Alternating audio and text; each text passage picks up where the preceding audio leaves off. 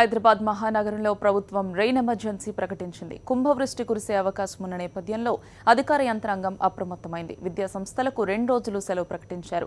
ఎడతెరిపి లేకుండా కురుస్తున్న వానలకు హుస్సేన్ సాగర్ నిండుకుండలా మారింది. సాగర్లోకి భారీగా వరద నీరు వచ్చి చేరుతోంది. దీంతో లోతట్టు ప్రాంత ప్రజలను ప్రభుత్వం అప్రమత్తం చేసింది. నగరంలో వర్షానికి సంబంధించి తాజా పరిస్థితి మా కరెస్పాండెంట్ విక్రమ్ అందిస్తారు. Vikram, over to you. Bhagyanagaram పూర్తిగా తడిసి ముద్దయింది. రోడ్లు ఇళ్ళు పూర్తిగా జలమయమయ్యాయి. హుస్సేన్ సాగర్ నిండు కుండలా మారింది. మొత్తం పూర్తిగా 4500 క్యూసెక్ల ఇన్ఫ్లో ఉంది. అవుట్ఫ్లో 4500గా ఉంది. మొత్తం హైదరాబాద్ మహానగరంలో భారీ వర్షంతో ప్రజలు తీవ్ర ఇబ్బందులు పడుతున్న పరిస్థితి చూస్తున్నాము. పూర్తిగా జనజీవనం స్పందించింది.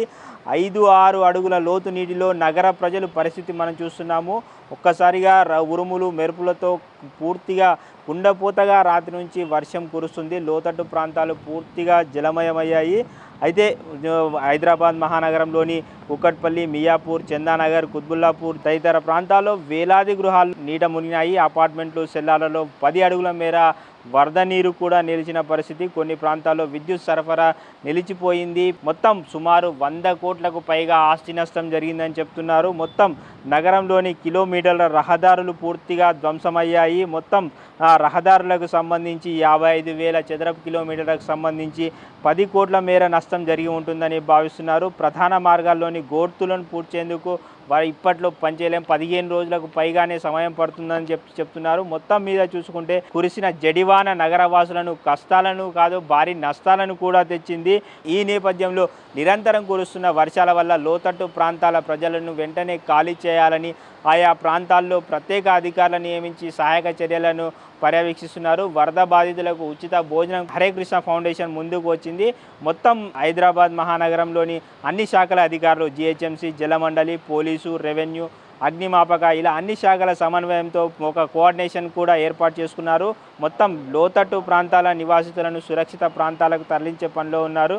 మొత్తం హుస్సేన్ సాగర్కు రోజుకు 4500 క్యూసెక్ల వరద నీరు వస్తుండగా 4000 క్యూసెక్కుల వరద నీటిని బయటికి దిగువ ప్రాంతాలకు వదులుతున్నాము. నగరంలో భారీ వర్షాల నేపథ్యంలో పురాతన శిథిలావస్థలో ఉన్న భవనాలను కూడా సకాలంలో కూల్చివేసి ప్రాణ నష్టాన్ని తగ్గించే ప్రయత్నం చేస్తున్నారు. ఇప్పటి వరకు 13 పురాతన భవనాలు నిన్నటి నుంచి 13 పురాతన భవనాలను కూల్చివేయడం జరిగింది. ప్రస్తుతం ఇప్పటి వరకు 865 భవనాలను కూడా కూల్చినట్టు జిహెచ్ఎంసీ అధికారులు చెప్తున్నారు. ఈ చరిత్రలో ఇది అత్యధిక వర్షపాతంగా నిలిచిపోయే అవకాశం ఉందని తెలుస్తుంది. 1908లో 153 మిల్లీమీటర్ల వర్షపాతం కురిసింది. ఆ తర్వాత 2000 సంవత్సరంలో 24 సెంటీమీటర్ల వర్షపాతం నమోదైంది. మొన్నటికి సెప్టెంబర్ 21వ తేదీన ఈ ఏడాది 16 సెంటీమీటర్ల వర్షపాతం అత్యధికంగా గరిష్టంగా నమోదైంది. మొత్తం మీద చూసుకుంటే హైదరాబాద్ మహానగరం పూర్తిగా జలమయమైంది. కాలనీలన్నీ పూర్తిగా నీట మునిగిన పరిస్థితి చూస్తున్నాము. హుస్సేన్ సాగర్లో నిండు కుండలా మారింది. హైదరాబాద్ మహానగరంలోని పరిస్థితిని సమీక్షించడానికి మంత్రులు, హైదరాబాద్కు చెందిన మంత్రులతో పాటు కేటీఆర్ కూడా రాత్రి అర్ధరాత్రి వరకు కూడా ఆ నగరంలో పర్యటించి పరిస్థితిని సమీక్షించడం జరిగింది.